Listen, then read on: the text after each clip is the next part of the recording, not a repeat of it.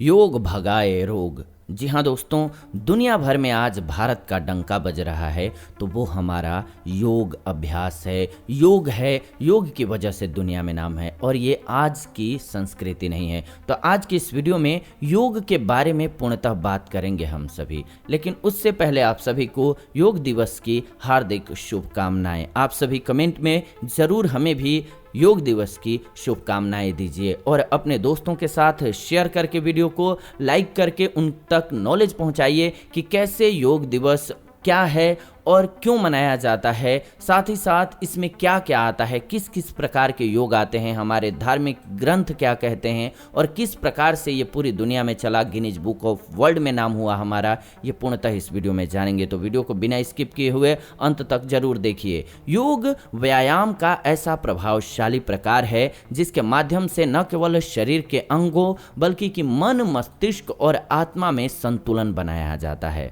यही कारण है कि योग से शारीरिक व्याधियों के अलावा मानसिक समस्याओं से भी निजात पाई जा सकती है। जी हाँ, इससे शरीर तो स्वस्थ होता ही है लेकिन हमारा मन भी शुद्ध हो जाता है। योग शब्द की उत्पत्ति संस्कृत के युज से हुई है जिसका मतलब होता है आत्मा का सार्वभौमिक चेतना से मिलना। योग लगभग 10,000 साल से भी अधिक समय से अपनाया जा रहा है। वैदिक संहिताओं के अनुसार तपस्वियों के बारे में प्राचीन काल से ही वेदों में इसका उल्लेख मिलता है। सिंधु घाटी सभ्यता में भी योग और समाधि को प्रदर्शित करती हुई मूर्तियां प्राप्त हुई। हिंदू धर्म में साधु, सन्यासियों और योगियों द्वारा योग अभ्यास तो शुरू से ही अपनाया गया था, परंतु आम लोगों में इस विद्या का विस्तार हुए बहुत ज़्यादा समय नहीं हुआ है अभी।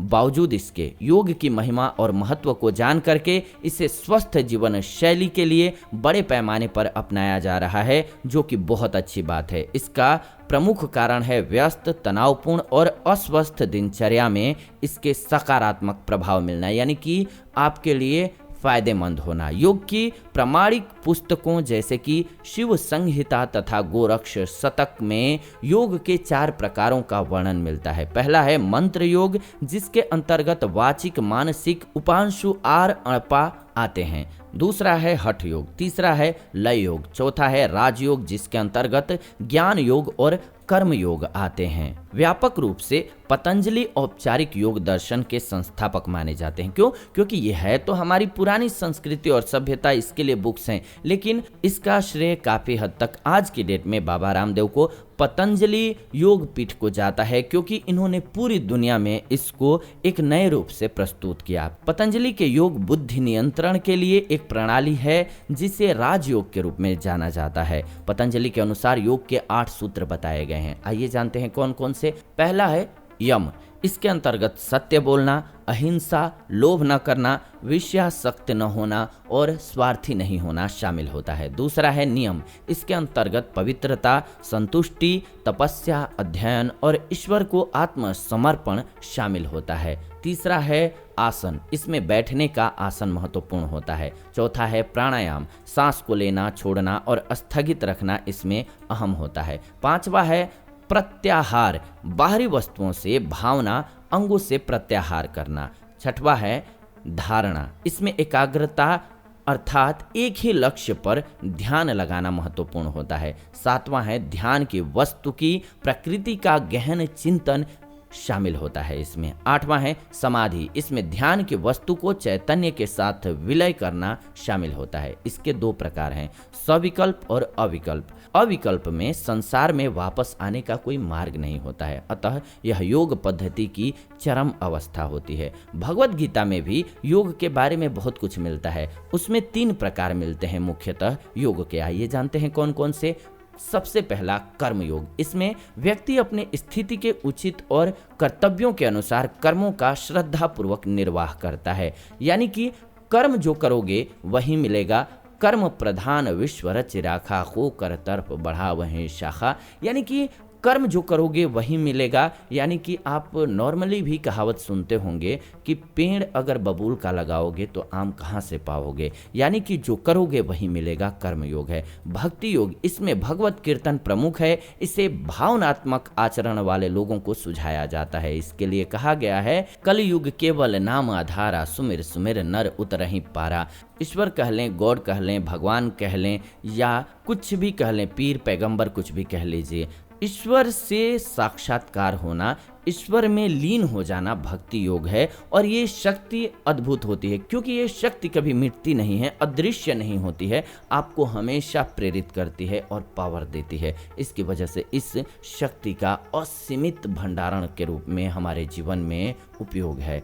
इसके बाद तीसरा योग है ज्ञान योग। इसमें ज्ञान प्राप्त करना अर्थात ज्ञानार्जन करना शामिल होता है। अब आइए कुछ लौकिक बात कर लेते हैं। वर्तमान समय में योग को शारीरिक, मानसिक और आत्मिक स्वास्थ्य एवं शांति के लिए बड़े पैमाने पर अपनाया जाता है। 11 दिसंबर 2014 को संयुक्त राष्ट्र महासभा ने प्रत्येक वर्ष 21 जून को विश्व योग दिवस के रूप में मान्यता दी और 21 जून 2015 को प्रथम अंतर्राष्ट्रीय योग दिवस मनाया गया। प्रथम बार विश्व योग दिवस के अवसर पर 192 देशों में योग का आयोजन किया गया, जिसमें 47 मुस्लिम कंट्रीज भी शामिल हुई। यानी कि इसका कोई जाति, धर्म विशेष से या फिर किसी लिंग विशेष से लेना देना ही नहीं है, ये सभी के लिए इक्वली फायदेमंद है। इस अवसर पर दिल्ली में एक साथ 35,985 लोगों ने योग का प्रदर्शन किया, जिसमें 84 देशों के प्रतिनिधि मौजूद थे और भारत ने 2 विश्व रिकॉर्ड बना करके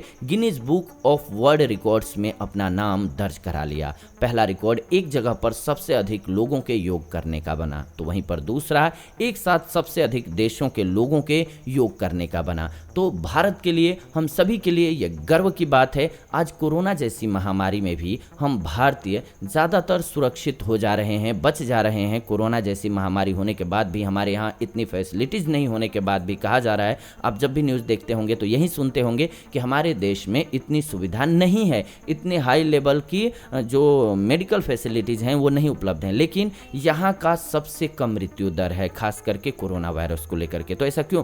क्योंकि यहाँ का जो आयुर्वेद से रिलेटेड प्रयोग लोग खुद ही करने लग गए हैं, अपने इम्यूनिटी को स्ट्रॉन्ग करने लग गए हैं, चाहे वो काली चाय पी करके कर रहे हों, योगासन करके कर रहे हों, प्राणायाम करके कर रहे हों, अपने श्वास नली को मजबूत कर रहे हैं, फेफड़ों को मजबूत कर रहे हैं, अपने इम्यूनिटी को स्ट्रॉन्ग कर रहे हैं आयुर्वेदिक चीज़ों का प्रयोग करके। ये भी इसी की देन है। तो आज संकल्प लीजिए कि हम जरूर करेंगे योग और अपने घर के लोगों को भी प्रेरित करेंगे। योगासनों का अभ्यास बहुत ज़रूरी है और खास करके प्राणायाम जैसे योगासन तो हमारे पूरे जीवन के लिए बहुत ज़रूरी है। तो आज प्रण कीजिए कि हर रोज़ औषधि को जानने में आप दिन का 15 मिनट समय लगाएंगे। एक औषधि को जानने के लिए हर रोज़ प्रयासरत रहेंगे, ताकि किसको कब इस्तेमाल करना, कैसे खाना, स्वस्थ रहना, ये सीख सकेंगे। और इसके लिए ये बेस्ट चैनल है। इस चैनल पर हम आप सभी के लिए हर रोज़ एक औषधि या फिर एक बीमारी के बारे में जानकारी लेकर के आते हैं। तो ज़रूर देखिए, जुड़े रहिए हमारे साथ। इसके लिए चैनल को सब्सक्राइब कर लीजिए, बेल नोटिफिकेशन को ऑन कर लीजिए ताकि नई वीडियो आपको सबसे पहले मिले। साथ ही साथ वीडियो को लाइक कर दीजिए, शेयर कीजिए अपने भाइयों के साथ, अपने दोस्तों के साथ, अपने फैमिली मेंबर्स के साथ, सभी सोशल साइट्स पर, ताकि उनको भी इसका लाभ मिल सके। और खुद भी प्रण कीजिए कि स्वस्थ रहेंगे। एक योग का अभ्यास हर रोज जरूर करेंगे। 10 से 15 मिनट आप जानकारी के लिए और 10 से 15 मिनट या आधा घंटा अपने आप को फिट रखने के लिए, एक्सरसाइज करने के लिए जरूर निकालेंगे। और उम्मीद करते हैं फिट रहेंगे तो ही आप देश की रक्षा कर पाएंगे, चाहे चाइना से आज चल रहा हो वॉर या पाकिस्तान से चल रहा हो। और तभी आप अपने घर की सुरक्षा कर पाएंगे, अपनी सुरक्षा कर पाएंगे, अपने फैमिली मेंबर्स की सुरक्षा कर पाएंगे, अपने एरिया की सुरक्षा कर पाएंगे जब आप में पावर होगा। और ये आत्म पावर तभी आएगा, स्वास्थ्य से बड़ा धन कोई नहीं है। शरीर आपका स्वस्थ रहेगा तभी ये सब संभव है। और स्वास्थ्य के लिए आज की डेट में हम सभी समय निकालना भूल गए हैं कमाने के चक्कर में, तो बहुत जरूरी है। आज तो चलो सबका कारोबार ही चौपट हुआ पड़ा है, लेकिन इसमें भी हम सभी आलस्य में डूबे रहते हैं और नहीं करते हैं योग का अभ्यास या फिर एक्सरसाइज, जो कि जरूर करना चाहिए। और फिट रहना रहना चाहिए। तो आज कौन कौन प्रण लेता है कमेंट करके ज़रूर बताइए और बिल्कुल दृढ़ प्रतिज्ञ हो जाइए कि हमें करना है और स्वस्थ रहना है। अगर आपके मन में कुछ सवाल रह गए हों या कुछ जानना चाहते हैं, किसी औषधि के बारे में जानना चाहते हैं, किसी बीमारी के बारे में जानना चाहते हैं, तो आप कमेंट करके हमसे सवाल कीजिए। हम आने वाले दिनों में उस टॉपिक पर आपके लिए वीडियो बनाएंगे, ज़रूर बनाएंगे। फिर मिल करके सभी स्वस्थ रहेंगे और इसका लाभ उठाएंगे। वीडियो को लाइक, शेयर और कमेंट कर दीजिए। फिलहाल विदा लेते हैं आज की इस वीडियो से। जुड़ेंगे नई वीडियो में नई जानकारी के साथ। आप सभी तब तक खुश रहें, स्वस्थ रहें। योग दिवस की हार्दिक शुभकामनाएं आप सभी को।